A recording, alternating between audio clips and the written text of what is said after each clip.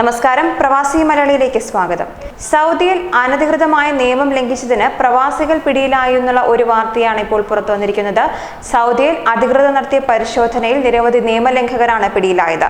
അനധികൃതമായി mobile phone റിപ്പയറിംഗും വിൽപ്പനയും നടത്തിയവരെ കുടുക്കാൻ ലക്ഷ്യമിട്ടാണ് റിയാദ് ലേബർ ഓഫീസ് അധികൃതർ റെയ്ഡ് നടത്തിയത്.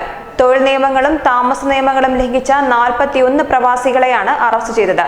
ഫ്ളാറ്റുകൾ, കാർ പാർക്കിംഗ് ഏരിയകൾ, നടവഴികൾ തുടങ്ങിയ സ്ഥലങ്ങളിൽ മൊബൈൽ ഫോൺ വിൽപ്പനയും റിപ്പയറിംഗും നടത്തിയവരാണ് പിടിയിലായത്. 331 നിയമലംഘനങ്ങളാണ് കണ്ടെത്തിയത്. 363 സ്ഥാപനങ്ങൾക്ക് തൊഴിൽ സാമൂഹ്യ വികസന മന്ത്രാലയം അധികൃതർ നോട്ടീസ് നൽകുകയും ചെയ്തു.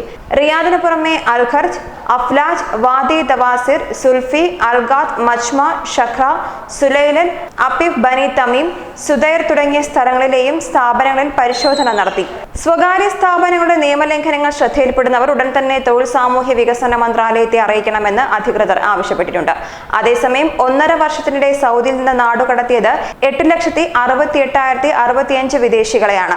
താമസ തൊഴിൽ നിയമ ലംഘനങ്ങൾക്ക് ഇവരടക്കം രാജ്യത്തിന്റെ വിവിധ ഭാഗങ്ങളിലായി 34,89,854 വിദേശികളെയാണ് സുരക്ഷാ വകുപ്പുകൾ അറസ്റ്റ് ചെയ്തതായി ആഭ്യന്തര മന്ത്രാലയം അറിയിച്ചിട്ടുള്ളത്. പിടിയിലായവരിൽ 27,21,206 പേർ അനധികൃത താമസക്കാരും 5,38,832 പേർ തൊഴിൽ നിയമം ലംഘിച്ചവരും 2,29,786 പേർ നുഴഞ്ഞുകയറ്റക്കാർ എന്നാണ് അധികൃതർ വ്യക്തമാക്കുന്നത്. സൗദിയിലേക്ക് നുഴഞ്ഞുകയറാൻ ശ്രമിച്ച 58,843 പേരും അനധികൃതമായി വിദേശങ്ങളിലേക്ക് കടക്കാൻ ശ്രമിച്ച 2,558 പേരും സുരക്ഷാ വകുപ്പുകളുടെ പിടിയിലായിട്ടുണ്ട്. ഇഖാമ, തൊഴിൽ നിയമ ലംഘനങ്ങൾക്ക് സഹായങ്ങൾ ചെയ്തതിന് 3,996 പേർ അറസ്റ്റിലായിട്ടുണ്ട്. ഇതിൽ 1,380 പേർ തദ്ദേശീയരാണെന്നും റിപ്പോർട്ടുകൾ പുറത്തുവരുന്നു.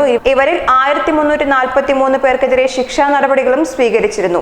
യാത്രാരേഖകൾക്ക് 4,50,109 പേരെ എംബസികൾക്കും കോൺസുലേറ്റുകൾക്കും കൈമാറിയിട്ടുണ്ട്. പിന്നീട് 5,57,775 പേർക്ക് ടിക്കറ്റ് ബുക്ക് ചെയ്തു വരികയാണെന്നും മന്ത്രാലയം അറിയിച്ചിരുന്നു. ന്യൂസ് ഡെസ്ക്, പ്രവാസി മലയാളി.